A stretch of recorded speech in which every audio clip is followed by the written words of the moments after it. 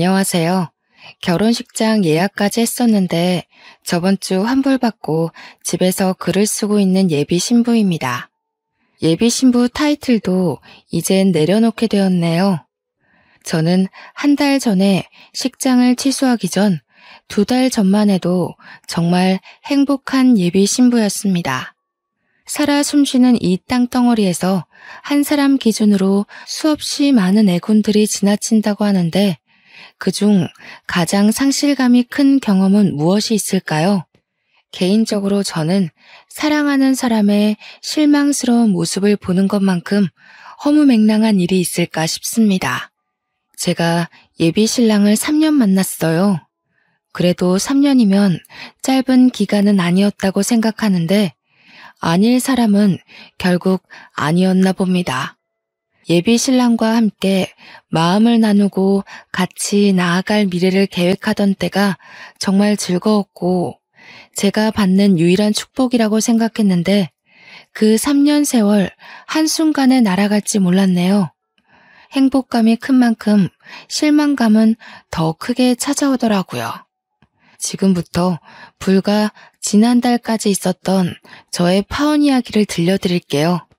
저와 예비 신랑은 지인의 소개로 소개팅을 해 이어진 인연입니다. 그럼에도 불구하고 같은 동네라는 인식 때문인지 양가 어른들은 저희의 관계를 알고 적극 환영했어요. 결혼을 할 사이에서 한쪽 집안만 자주 찾아뵙는 건 결혼하고 나서 꽤나 문제가 될 수 있는데 같은 동네면 그런 문제로 부딪힐 확률이 좀 줄잖아요. 저희는 양가 어른을 나란히 같이 챙길 수 있다는 것에 서로 만족을 했었습니다. 저는 30대 초반이었고 예비 신랑은 30대 후반이었어요. 그러니까 저랑 예비 신랑은 4살 차이가 났던 거죠. 궁합 따위 안 봐도 된다는 4살 차이라는 것처럼 저와 예비 신랑은 남들 눈에도 찰떡궁합으로 비춰졌습니다. 저와 예비 신랑 중 누구 하나 과분한 사람이 없는 관계였다는 겁니다. 사람에겐 연애만 할 인연과 결혼까지 갈 만한 인연이 따로 있다고 했는데 저는 그걸 예비 신랑 만나고 정말 많이 실감했어요. 예비 신랑과 결혼을 약속하기 전부터 저는 부모님한테 자랑도 많이 했었습니다. 제가 얼마나 유난을 피워놨으면 친정 부모님이 예비 신랑을 빨리 만나보고 싶어 했어요. 친정 부모님은 제가 외동이라서 제게 아낌없이 지원도 많이 해주셨고 또 형제 자매 없는 제가 외로울까봐 흔쾌히 친구가 되어준 훌륭한 분들입니다. 그래서 무엇보다 제 결혼에 관심이 많으셨고 제가 엄한 곳에 시집가서 고생할까봐 걱정을 많이 하셨어요. 그 마음에 보답하고자 저도 부모님 속 안 상하게 좋은 남자와 결혼해서 잘 사는 모습을 빨리 보여주고 싶었습니다. 친정 부모님께 잘 보이고 싶어 했던 예비 신랑은 집이 아닌 격식 있는 자리를 예약해 같이 외식을 하며 첫 대면을 했습니다. 친정 부모님은 두 분 다 예비 신랑과의 첫 만남에 아주 만족한 평판을 남겨줬어요. 특히 아빠가 말하기를 예비 신랑이 지적이고 나이보다 성숙해서 지도자처럼 가정을 잘 이끌어갈 것 같다고 하더라고요.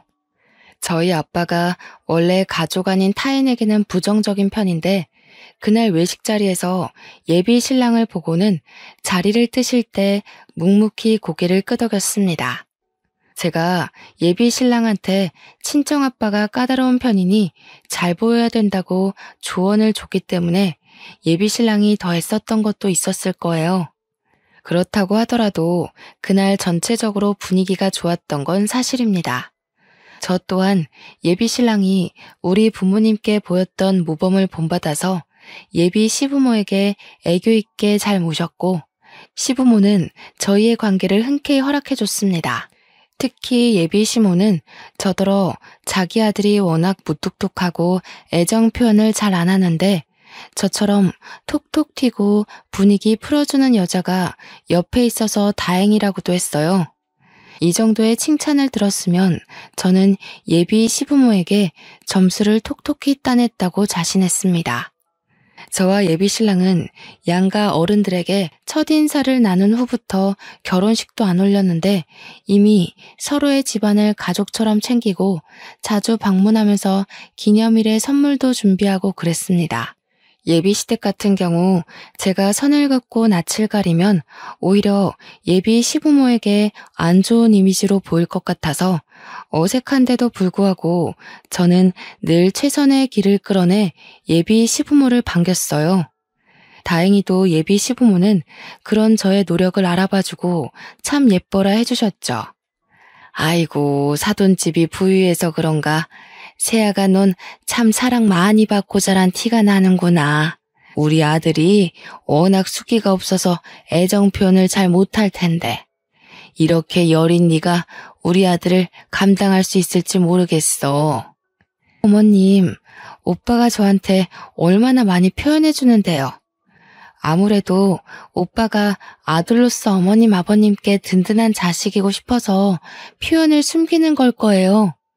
오빠가 평소에 어머님 아버님 칭찬도 많이 해요. 모르셨죠? 제가 한 번씩 알려드릴게요. 남들은 예비 부부일 때 많이 다투기도 한다는데 저랑 예비 신랑은 그런 게 하나도 없어서 저 스스로 남편 될 사람 하나는 잘 만났다고 생각하기도 했습니다. 하루빨리 예비 신랑과 가정을 꾸려 토끼 같은 자식들도 3명 정도는 낳아야겠다고 예비 신랑한테 설레발을 치기도 했었고요. 그런데 그 행복한 단꿈이 결혼식장을 잡고 부동산까지 다 알아본 마당에 깨지게 될 줄 누가 알았겠습니까? 제 꿈에 금이 가기 시작한 건 정말 평소처럼 묘한 기류 하나도 없었던 시기에 갑자기 일어난 파동 때문이었습니다.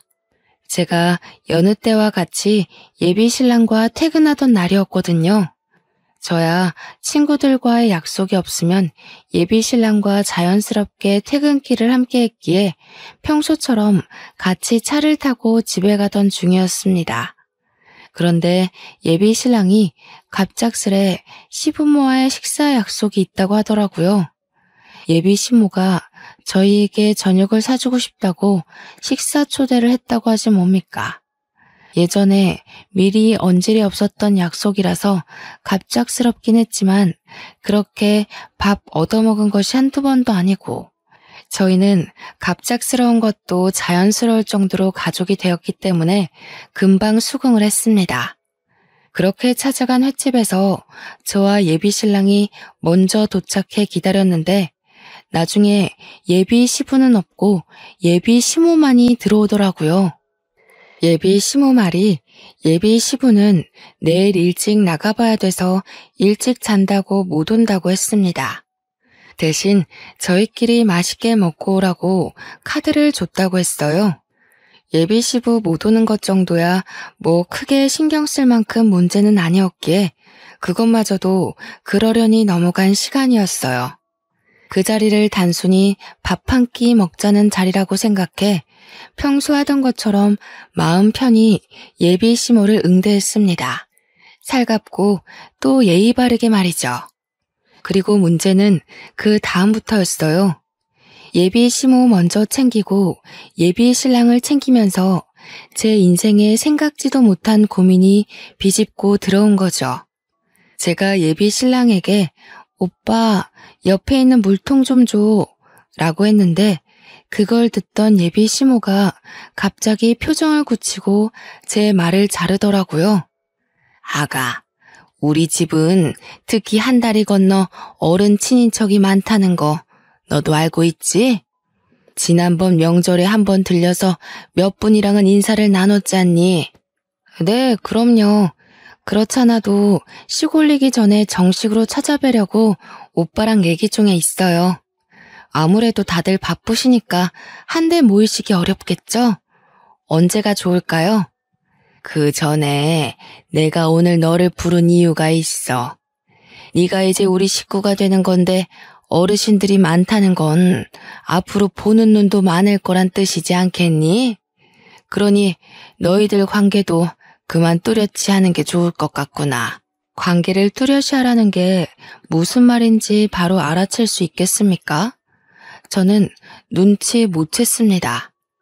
제가 제대로 이해하지 못해서 대답을 못하고 있으니 예비 시모가 이번엔 둘러 말하지 않고 직구를 던지더라고요. 근데 그 말이 굉장히 황당했어요. 네가 병은이보다 4살이 어리지 않니? 앞으론 병은이한테 존칭을 쓰도록 해라. 오빠라고 하는 건 어르신들 앞에서도 보기 안 좋을 것 같구나.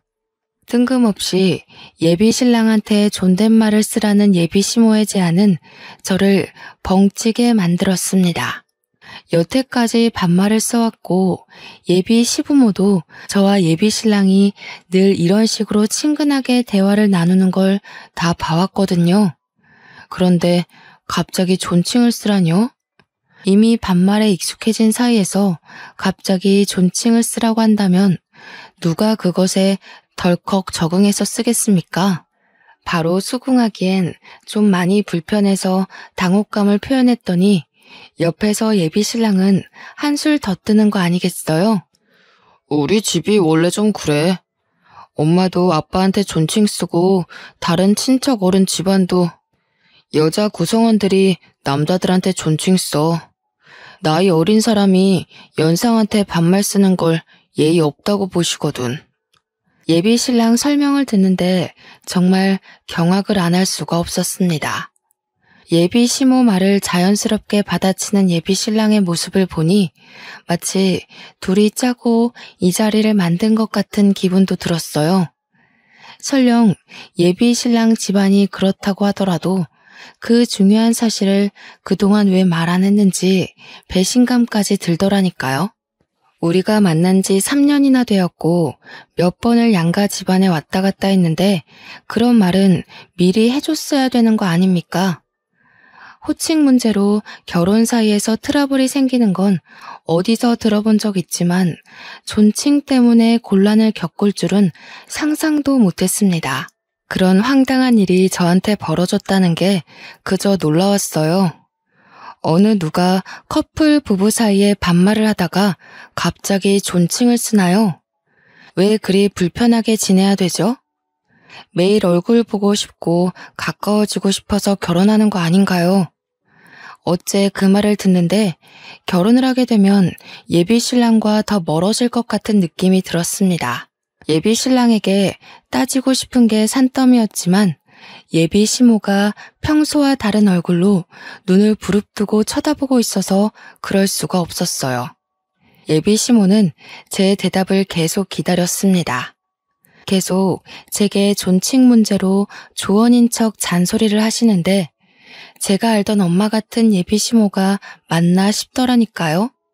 결국 저는 예비 시모 제안에 명확한 답변을 못하고 어영부영 그 자리를 마무리했습니다.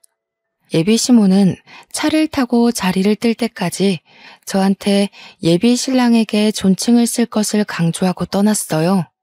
정말 식사 때도 밥이 입으로 들어갔는지 코로 들어갔는지 기억이 안 나는데 제대로 먹지도 않은 그 음식물마저 체할 것 같더군요.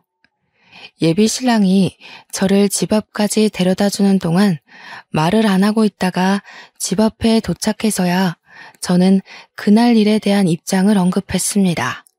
오빠, 난 솔직히 어머님 말씀 이해 못하겠어. 어느 누가 커플끼리 존칭을 써. 그리고 여자만 남자한테 존칭 써야 된다는 것도 이해가 안 돼.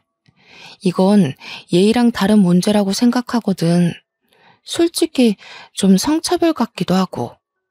여자 남자를 떠나서 나랑 오빠가 3년 동안 반말로 지냈는데 어떻게 갑자기 존댓말을 해?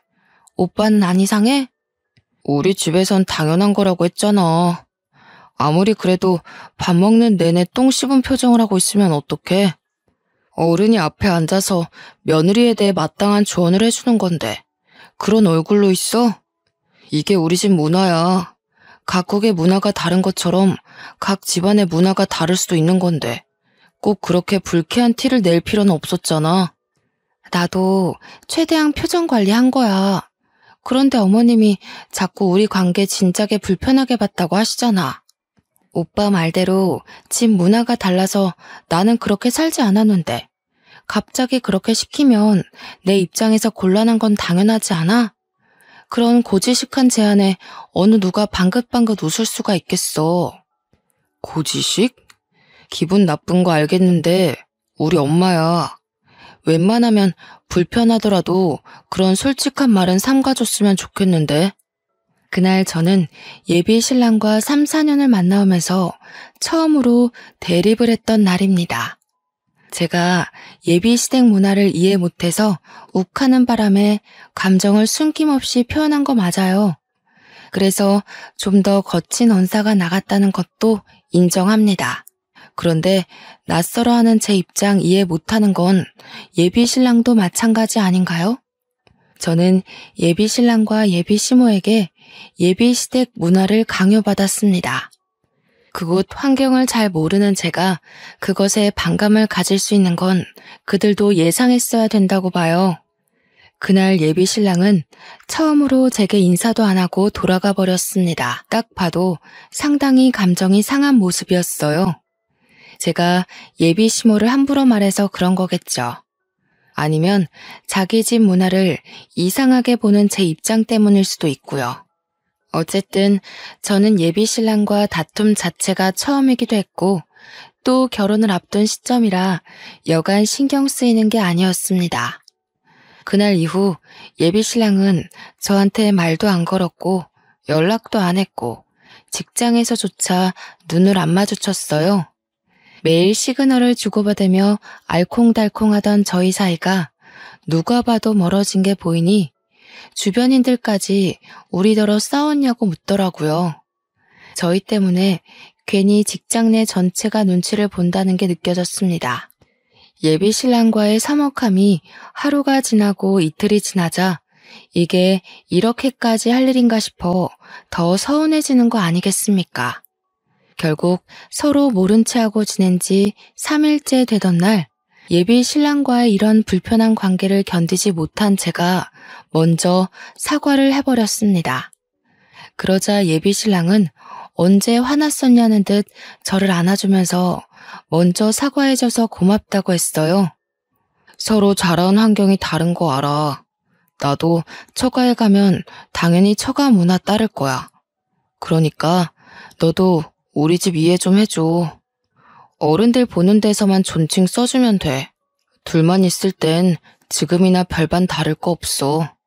지금 이렇게 쓰면서 다시 생각하는 건데 제가 당시 예비 신랑을 참 많이 좋아했던 것 같습니다.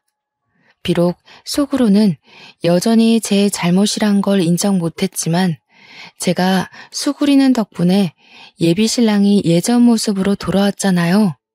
그것만으로도 심신이 편하고 안심되더라고요.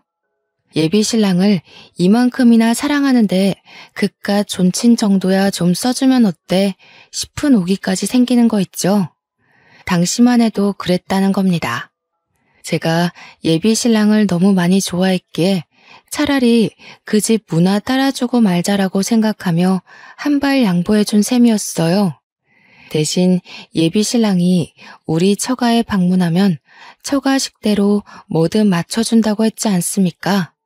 잠깐 기분이 상했던 건 사실이었고 예비 시모의 낯선 모습에 당황스러운 것도 맞으나 그런 걸로 결혼을 고심할 정도는 아니라고 생각했습니다. 우리는 이런 것마저 이렇게 서로 맞춰주니 그야말로 천생연분이 맞구나 라고만 봤죠. 저는 평소 친정 부모님과 도란도란 얘기를 많이 하는 딸이라서 이 사실 또한 친정 부모님한테 얘기를 해줬어요. 하나의 해프닝을 친구에게 풀어놓듯 말을 했죠. 제가 말하는 내내 친정 부모님은 눈에 띄는 반응은 딱히 안 보였습니다. 잠자코 제 얘기를 듣기만 하더니 얘기 끝나자마자 친정 아빠가 딱 한마디 하셨어요. 저더러 예비 신랑을 그 주 주말에 친정으로 데리고 오라는 겁니다. 혹시나 제가 말한 예비 시댁 이야기 때문에 아빠가 예비 신랑한테 한 소리 하려고 그러나 싶어서 나는 괜찮다고 이미 예비 신랑과 합의 보고 얘기 끝난 사실이라고 손사래를 쳤어요. 그러자 친정 부모님은 그냥 간단하게 식사하려고 그런다며 별말 안 할 테니 오랜만에 같이 밥 먹자고 하더군요. 그냥 밥 먹는 것 정도야 원래 그렇게 지냈던 사이기도 하고 한동안 같이 밥 안 먹은 지도 오래된 것도 맞으니 친정 부모님의 제안을 쉽게 받아들였습니다. 제가 잠자리에 들기 전 아빠가 방에 들어와 딱 한마디 물은 것이 있었는데 그 말이 저는 큰 파장을 일으킬 예고였다는 걸 알아차리지 못했었어요. 나라, 안 싸더니 너한테 그 소리 할 때 강서방이 말리긴커녕 같이 부추겼다고 했지? 원래 그렇게 지냈다고 하면서 계속 원래라는 말을 강조했었니? 뭐, 그랬지. 오빠는 그런 문화에서 당연하게 컸다고 했어. 어머님이 생소한 말을 해도 놀라지도 않고 오히려 나를 속 좁은 사람으로 보더라고. 근데 그건 서로 얘기해서 오해 풀었어. 결혼하면 조금 걱정되기도 한데 그래도 괜찮아. 아빠는 저와 나눴던 대화들 중 특히 부분만 집요하게 캐물었고 저더러 그 사실 때문에 예비 신랑에게 실망한 게 맞냐고 여러 번 확인을 했습니다. 그게 다였어요. 아빠는 제게 뭐 따로 조언을 해준 것도 없고 그냥 제 대답만 듣고 잘 자라고 인사한 뒤 나가셨습니다. 아빠 표정이 안 좋은 것 같아서 개인적으로 신경이 무척 쓰였는데 엄마도 별다른 말을 제게 얹으려 준 것도 아니라서 그냥 그러려니 넘겨야 했어요. 그리고 저는 다음날 예비 신랑한테 친정에 밥 먹으러 가자고 제안했습니다. 물론 예비 시댁 문화에 대해 알려줬더니 아빠가 보자고 했다는 말은 굳이 하지 않았어요. 그냥 친정 부모님이 오랜만에 보고 싶어 한다고만 말했거든요. 그러니까 예비 신랑이 좋다고 바로 시간을 비우더라고요. 그렇게 친정으로 모인 당일날 저는 예비 신랑과 파혼을 하게 되었습니다. 예비 신랑과 시간 맞춰 같이 친정에 갔는데요. 이미 차려진 식사 자리가 좀 과할 정도로 많이 고급지더라고요. 이 말은 제가 이제야 언급하는데 사실 우리 집이 시댁 형편보다 조금 더 나은 살림이었습니다. 그러니까 저희 친정은 대출 하나 없는 현금 자산만 가지고 있었지만 시댁은 대출을 좀 많이 끼고 있었어요. 저희 부모님은 부모님 명의로 된 건물도 한 채가 있는데 그것도 융자금 하나 없이 아주 깔끔하게 세주고 있거든요. 그렇다고 시댁이 뼈저리게 가난한 건 아니었고 식구들이 먹고 사는 데엔 지장이 크게 없는 정도? 그렇지만 당장 대출 빚을 다 갚을 수는 없는 정도라고만 알고 있습니다. 시댁 사정 생각한 것도 있지만 저희 친정 부모님은 평소에도 어디 나서서 형편을 드러내는 사람들은 아니었어요. 저희도 예비 신랑을 초대해 집에서 밥을 먹을 때면 남들과 같이 비슷하게 집밥처럼 먹곤 했습니다. 그런데 그날만큼은 달랐다는 거예요. 정말 숟가락 하나도 10만 원이 넘는 고급 커트러리를 내놓았다니까요. 처음 보는 가정 식탁 분위기에 당황한 저는 그 분위기에 넋을 놓았는데 정작 예비 신랑은 표정 변화가 없었습니다. 그저 늘 하던 대로 저희 부모님께 공손한 태도로 인사하고 자리에 착석할 뿐이었어요.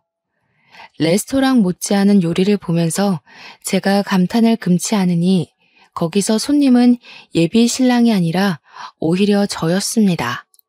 친정 부모님은 식사로 모자라 평소 입에 잘 되지도 않는 와인까지 준비를 해줬는데요. 제가 와인을 잘 먹진 못하지만 아빠가 사람 대접한다고 몇 번 와인 주문하는 걸 본 적이 있거든요.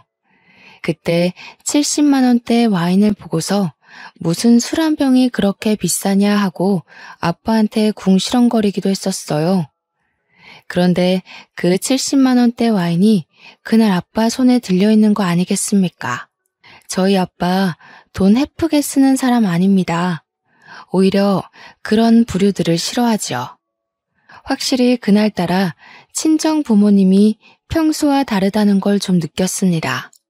친정아빠는 예비 신랑이 숟가락 들기도 전에 와인을 따라주면서 덤덤하게 먼저 말을 걸었는데요.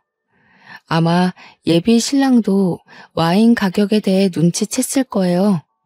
예비 신랑이 술을 좋아하거든요. 그래, 사돈 쪽에서 여자 식구들더러 존칭을 쓰라고 한다면서? 자네 집안 문화가 원래 그렇다고 들었는데 그게 사실인가? 친정아빠의 돌직구에 예비 신랑은 저를 쳐다봤습니다. 예비 신랑의 눈빛이 마치 그런 걸 왜 말했냐는 의미가 담겨있는 듯 했어요. 좀 황당한 거 있죠? 예비 신랑에게 뭘 숨기려고 했던 건 아니었는데 얼떨결에 죄 지은 기분이 들더라고요. 근데 시댁 문화가 잘못된 게 아니라면 제가 그걸 왜 친정 부모님한테 말하면 안 됩니까? 떳떳하면 오히려 자기가 먼저 우리 집안에 알리고 우리 집안 문화에는 뭐 특별한 게 없는지 알아봐야 되는 거 아닌가요? 이전과 똑같은 부분에서 서로의 의견이 덜그럭거리니 저는 아예 예비 신랑의 시선을 피해버렸습니다. 괜히 오해 사고 싶지 않아서 시선을 피했던 건데 그게 오히려 예비 신랑을 곤란하게 했나 봐요. 예비 신랑은 친정아빠 말을 듣는 내내 표정이 탐탁치 않더라고요. 집마다 문화가 있는 건 당연하지. 우리 딸 보고 그 집 문화에 맞추라고 해놓고 자네는 우리 집 문화를 안 따를 건 아니겠지? 적어도 그런 각오는 했어야 납득이 되는데. 그럼요, 장인어른. 지우한테도 말했다시피 저도 처가 문화에 발벗고 맞출 생각입니다. 지우가 어디서 얼만큼 알고 말씀 올렸는지 모르겠지만 장인어른께서 생각하시는 것만큼 저희 집 팍팍한 구석 아니에요. 믿으셔도 됩니다. 그래? 잘 됐네. 우리 집안은 선조 때부터 조상들 내력이 다 대릴 사위제거든. 그래서 내 딸이 결혼하면 자네가 우리 집에 들어야 될 것 같은데 되겠지? 친정 부모님이 하는 말은 저도 놀라웠습니다.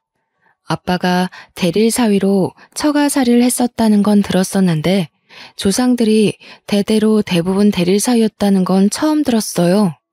정확히 말하자면 조상님들이 여자 집에 들어갔다기보단 경제력 높은 집에 합가를 한 건데 우리 가문이 대대로 여자 쪽이 잘 살았다 보니까 하나같이 다 대릴 사위제였다고 했습니다. 저도 처음 들었으니까 당연히 예비 신랑한테 이것에 대해 말을 해본 적이 없었어요. 아빠의 제안에 말문이 막힌 예비 신랑은 은근슬쩍 저를 보면서 약간의 원망 담긴 눈빛을 보냈습니다. 한 번도 예비 신랑이 당황하는 얼굴을 본 적이 없는데 그날 그런 얼굴을 처음으로 보기도 했어요. 예비 신랑은 친정아빠의 물음에 잠시 대답을 미루며 화장실 먼저 다녀와도 되겠냐면서 자리를 피했습니다. 그리고 얼마 뒤 저를 화장실로 오라고 문자를 보내 불러내더라고요. 친정 부모님한테 양해를 구하고 화장실 쪽으로 갔더니 예비 신랑이 저를 화장실로 잡아당기며 문을 잠그고 바로 제게 따지기 시작했습니다. 우리 집 문화에 대해서 너랑 나 좋게 합의 본 거 아니었어? 도대체 우리 집에 대해서 뭐라고 말했길래 장인어른이 저렇게 나오셔? 저렇게 나오는 게 뭔데? 합의 본 거 맞지? 엄마 아빠한테도 오빠 집안 얘기하면서 이미 다 서로 이해하고 결혼하기로 했다고 말했어. 그런데 우리 아빠가 뭘 어쨌다고 이래? 못 느꼈어? 장인어른이 지금 반발하는 것처럼 오기 부리시잖아. 딸이 남의 집 가서 남의 집 문화에 고생하게 생겼으니 보복하는 거 아니야. 보복? 오빠, 대체 우리 아빠를 뭘로 보는 거야? 우리 아빠는 우리 집 문화에 대해 말했을 뿐이야. 오빠 엄마가 나 불러내서 결혼 전에 존칭 정리하는 게 좋겠다고 경고 준 거랑 똑같은 거라고. 이게 그거랑 어떻게 똑같아? 너는 그냥 나한테 존댓말만 하고 살면 그만이지만 대릴 사위는 단순히 그런 문제가 아니잖아. 나더러 이 집에 들어와서 살라는 게 말이 돼? 말이 안 될 건 뭔데? 우리 같이 합의 본 거 아니었어? 내가 존칭 쓰면 오빠도 우리 집 문화에 맞춰주겠다고 했잖아. 아니면 나 계속 반말해도 돼? 예비신랑은 저를 답답해하면서 더 이상 저와 의견을 조율하려 하지 않았어요. 저더러 대신 아빠한테 가서 자기 대릴 사위는 절대 못한다고 말하라고 명령조로 지시했습니다. 그러면서 덧붙이는 말이 이미 예비 시댁 쪽에서 합가를 생각하고 있다고 제가 시댁에 들어가야 된다고 하는 거 아니겠어요? 무슨 소리야? 우리 분가하기로 했잖아. 그래서 부동산 알아본 거 아니었어? 존칭 가지고 사람 정신없게 해놓은 거 얼마나 됐다고 또 이래. 시댁에 들어가서 살아야 된다니? 분가할 거야. 하긴 할 건데 그래도 3년 정도는 시댁에서 살고 나와야지. 며느리면 이제 시댁 쪽 사람 되는 거나 마찬가지인데 시댁 들어가서 적응하고 어울리는 건 당연한 순서 아니야? 오빠네 집에서 하라는 건 다 당연한 거고 우리 집에서 대릴 사위 하자는 건 말도 안 되는 제안이야? 좀 너무하다고 생각하지 않아?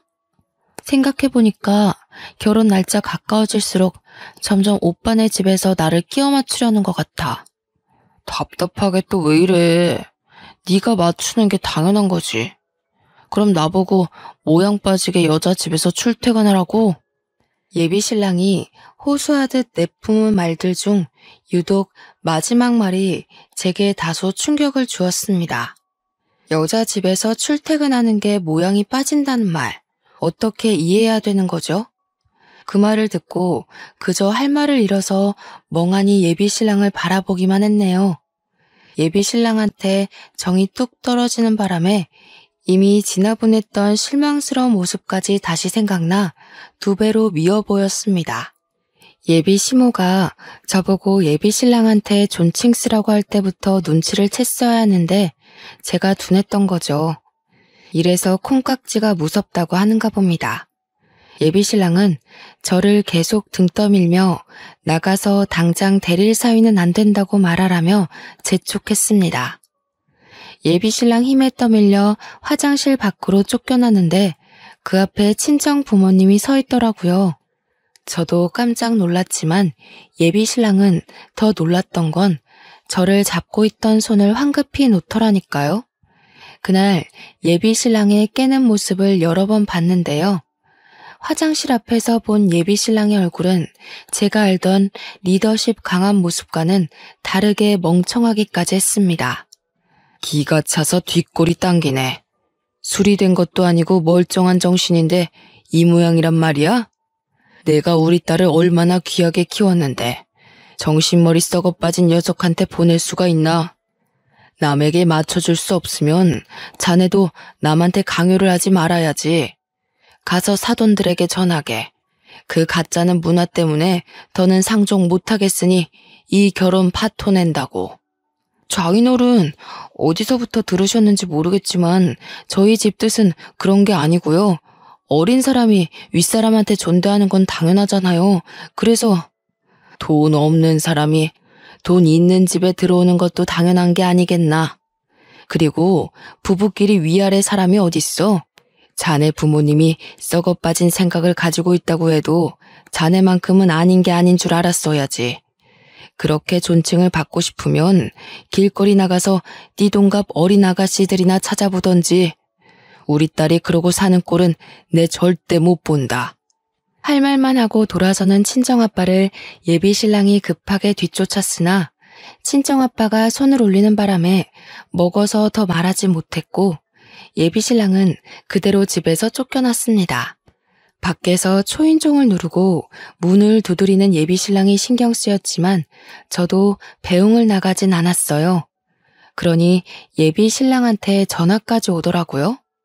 부모님이 예비신랑 상종하지 말라고 한 것도 아닌데 그날따라 예비신랑이 크게 좀 깨달았으면 좋겠다는 생각이 들지 뭡니까? 저는 그대로 폰을 꺼버린 뒤 남은 시간을 친정 부모님과 함께 했습니다. 그리곤 부모님께 예비 신랑을 대신해서 무례했던 그의 행동을 사과드렸어요. 친정 부모님은 제가 자신들을 원망하더라도 예비 신랑만큼은 떼어놓아야 되겠다고 생각했다면서 제 동의도 구하지 않고 마음대로 일을 벌여서 미안하다고 오히려 제게 사과를 하더군요. 곰곰이 생각해보니까 왜 우리 가족이 예비 신랑 문제로 이렇게 머리 아픈 일을 겪어야 하는 거지 싶어서 억울하더라고요. 물론 이 모든 게 저 때문이겠죠. 제가 남자 보는 눈만 똑발랐어도 우리 부모님이 이런 수모를 겪는 일은 없었을 텐데 말입니다. 결혼하기도 전에 이미 예비 시댁에 실망을 했고 예비 신랑한테도 두 번째 실망을 했는데 여기서 계속 결혼을 진행하는 건 어리석은 짓이 아니겠습니까? 예비 신랑에 대한 감정이 완전 죽은 것은 아니지만 미련이라고 보기에도 애매할 만큼 제 마음은 더 이상 예비 신랑에게 흔들리지 않았어요. 저 또한 부모님 말씀대로 파혼을 하는 게 맞다고 생각했습니다. 한 번은 실수로 눈 감아 줄 수 있지만 두 번 실수를 눈 감아 주는 건 그냥 호구나 다름없잖아요. 저는 결국 예비 신랑에게 파혼을 통보했습니다. 예비 신랑은 그것에 또 피쳤는지 지난 날처럼 회사에서 저랑 눈도 안 마주치고 그 어떤 연락도 안 하더라고요. 직장뿐만이 아니라 우린 어딜 가나 그냥 남남이나 다름없는 사이였습니다. 그런 식으로 나오면 제가 또 못 견디고 먼저 다가와서 사과할 줄 알았나 봐요. 그 부분에서 저는 오히려 예비 신랑이 나를 확실히 호구로 바꾸나를 확인할 수 있는 계기가 되었습니다. 제가 예비 신랑을 더 많이 좋아했던 건 맞는데 제 순수한 마음을 그런 식으로 이용하는 걸 보니까 본때를 보여주고 싶은 마음이 생기지 뭐예요. 하나의 단점이 크게 꽂히니 예비 신랑을 알면 알수록 점점 더 정이 떨어지더라고요. 그래서 제가 저질러 버렸어요. 주위 사람들에게 저와 예비 신랑의 관계를 스스럼 없이 밝혔습니다. 파혼했다고 여기저기 소문을 내고 다녔더니 그게 예비 신랑 귀에 들어갔나 봐요. 예비 신랑이 저한테 먼저 말을 걸어오더라고요. 너 정말 나랑 끝낼 생각이야? 무슨 생각으로 파혼 사실을 소문내고 다녀? 아직 우리 관계 제대로 정리 안 됐어. 오늘 마치고 정식으로 얘기하게 기다려. 퇴근하고 얘기 좀 하자는 예비 신랑 말에 거절할까 하다가 무슨 할 말이 남았길래 파혼을 인정 못하고 절절 매는 건지 한번 드러나 보자 싶어서 예비 신랑을 따랐습니다. 퇴근한 뒤에 차에서 기다리고 있다는 예비 신랑의 연락을 받고 그의 차로 다가갔어요. 보조석 문을 열려고 손잡이를 잡았더니 창문이 직 내려가더라고요. 그런데 그 안에 예비 시모가 타고 있는 게 아니겠습니까? 뭐 하자는 건가 싶고 무슨 상황인지 판단이 안 되었지만 묻지도 않고 그냥 돌아섰어요. 저 예비 신랑과 대화를 하러 온 거지 예비 시모랑은 할 말이 없거든요. 그냥 집에 가려고 하는데 차에서 급하게 내린 예비 신랑이 황급히 쫓아와 저를 붙잡았지 뭡니까? 얘기 좀 하자고. 엄마가 너랑 합의 보고 싶다고 만나자 한 거야. 우리 이거 파혼까지 갈 일 아닌 거 알잖아. 처가 어른들께서 좀 많이 화나신 것 같은데 그 부분에 대해서 부모님이랑 상의했어. 그러니까 좀 들어보고 가. 우리 끝난 거 모르겠어? 우리는 지금 파혼을 고민하는 사이가 아니라 이미 파혼을 한 사이야. 더 이상 볼 일 없는 관계에서 무슨 합의가 필요한데? 진짜 나랑 끝내겠다는 거야? 고작 존댓말 쓰라고 했다고? 존댓말 때문에 헤어지는 건 말이 안 되잖아. 파혼하자고 해도 오히려 내 쪽에서 해야 정상이지. 대릴 사위는 정상적인 문화라고 생각해? 이것 봐. 오빠는 여전히 우리 집에 맞춰줄 생각이 없어. 지금도 나랑 합의 보자는 게 아니라 나를 설득하려고 만나자고 한 거네. 존댓말 정도는 오빠를 위해서 눈 감아줄 수 있었는데 한 번 봐주니까 오빠가 정도를 모르고 나를 오빠 손바닥 위에 놓으려고 하더라? 나 그 정도까지 웃고 넘어가 줄 만큼 호구는 아니거든? 알았어. 다 알았고 내가 다 잘못했으니까 일단 엄마 얘기 좀 들어봐. 엄마 제안이 마음에 안 들면 그땐 나도 파혼에 대해 생각해볼게. 이미 우리는 파혼한 사이라고 몇 번을 말해도 예비 신랑은 계속해서 같은 말을 반복하게 했습니다. 그러면서 자꾸 예비 시모를 만나달래요. 잡고 놓아주지도 않길래 어쩔 수 없이 차에 가서 예비 시모랑 대화 시간을 가졌거든요.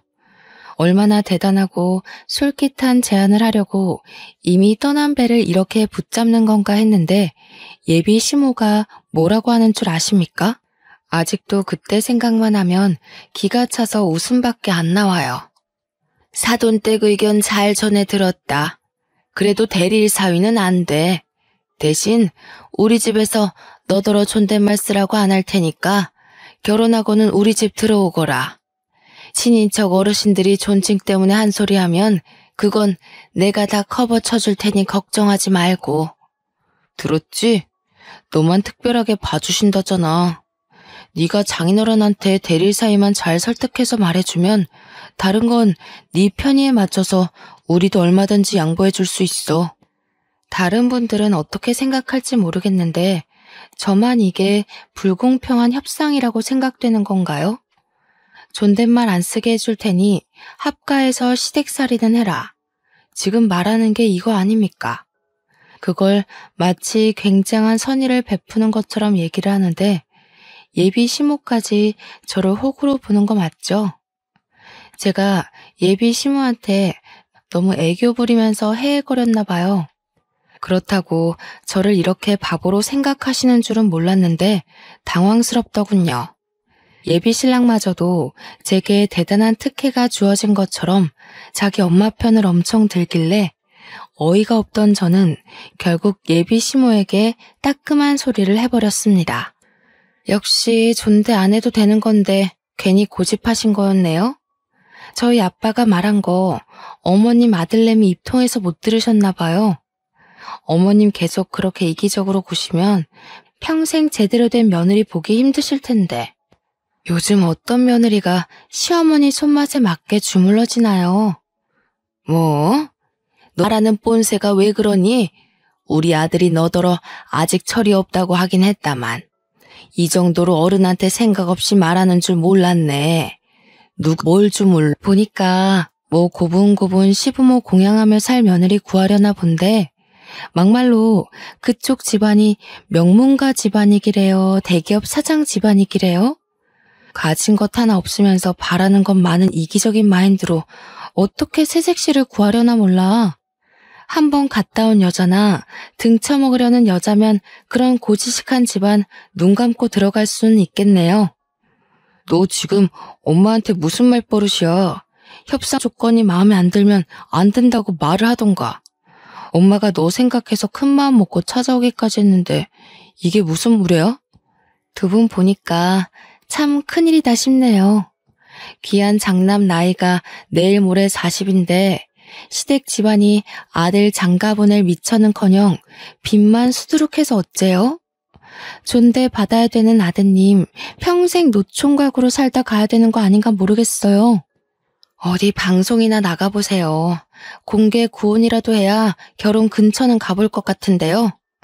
예비 시모가 제 말에 화가 나서 벌벌 떨기까지 했는데요. 저더러 원래 이렇게 무서운 애였냐고 악을 지르는 말에 네네 그렇다고 말해주고 그냥 차 안에서 내려버렸습니다. 그 장면만 본다면 제가 건방졌다고 생각할지 모르지만 제 상황을 전반적으로 아는 사람이라면 되레 그들을 더 혼쭐내주지 못해 아쉽다고 말하지 않을까 싶네요. 저를 따라 예비 신랑이 당장 쫓아오려고 했지만 예비 시모가 자존심 때문인지 자기 아들을 못 가게 붙잡더라고요. 엄마가 붙잡는다고 못 쫓아오는 예비 신랑 행동도 뒤늦게 생각해보니 웃겼습니다. 거의 40이 다 되었는데 엄마가 시키는 대로 잘도 따르는 아들이더라고요. 그런 사람인 줄 왜 몰랐는지 아직도 제 자신이 이해가 안 됩니다. 작년까지만 해도 제게 예비 신랑이란 사람은 과묵하고 본업에 열중하면서 매사에 지도자 자격이 있는 사람이었거든요. 우리 사이에 금이 가기 시작한 이유는 그놈의 존칭 때문이었는데 처음 그 말을 들었을 땐 황당하고 화가 났지만 시간 지나서 생각해보니 예비 시모가 저를 구제해준 셈이나 다름없는 거 있죠. 저와 예비 신랑이 결혼하고 나서 제게 그런 존칭 제안을 했다면 아마 파혼 가정보다 더 피 튀기는 싸움이 되지 않았을까요? 생각만 해도 무섭고 살떨리네요. 그 이후 생활은 놀랍게도 평화로웠습니다. 예비 신랑과는 여전히 같은 회사에서 일을 하고 있어요. 완전 남남처럼 지내고 있고 부서가 달라서 일적인 얘기도 안 하고 있거든요. 새삼 그런 생각이 들더라고요. 우리가 정말 약혼 관계였던 커플이 맞나 싶은 생각이요. 지난 3, 4년의 시간이 일이 단번에 삭제된 것처럼 깔끔하게 지워진 게 좀 신기했습니다. 불행하고 속상하다는 게 아닙니다. 오히려 제게는 작은 변화가 찾아왔어요. 파혼을 하고 나니까 제 주변으로 남자들의 관심이 조금씩 쏟아지더라고요. 물론 직접적인 고백은 없었지만 커피를 사다 주거나 점심을 같이 먹자고 한다거나 그런 관심을 많이 보여줬어요. 이것도 관심이라면 관심이지 않겠습니까? 감사한 마음들이지만 저는 그것에 대한 수줍음보다 조금 다른 감정이 생겼는데요. 남 사원들이 제 주변을 얼쩡거릴 때마다 예비 신랑의 시선이 느껴지는데 그게 꽤나 고소하더라고요. 그렇다고 예비 신랑이 제게 막 다가오는 건 또 아니었습니다. 당분간은 이렇게 서로 거슬리는 존재가 될 것 같아요. 아직 파혼한 지 한 달 남짓밖에 안 되었거든요. 예비 신랑도 서로를 무자르듯 싹둑 자르기엔 아직 이르고 약간의 시간이 필요할 겁니다. 그나마 다행인 건 예비 신랑에게 정남이가 떨어진 저는 예비 신랑을 정리하는 시간이 그다지 괴롭지 않다는 거예요. 세월이 흐르다 보면 제 안에 남은 예비 신랑의 존재가 지나가는 추억으로 웃어넘기는 날이 오겠죠. 파혼을 하게 된 건 개인적으로 아쉽지만 제게 또 다른 좋은 인연이 찾아올 거라고 생각합니다. 일단 모든 게 평화로워진 것만으로도 마음이 편하네요. 이렇게 끝난 저의 파혼은 세상에 정말 별의별 사람이 다 있다는 걸 또 한 번 배우게 된 계기였습니다. 다들 제 사연 어떻게 들으셨는지 모르겠어요. 집중하신 시간만큼 제가 즐거움을 드렸다면 좋겠네요. 그만 글을 마무리하겠습니다. 들어주셔서 감사합니다.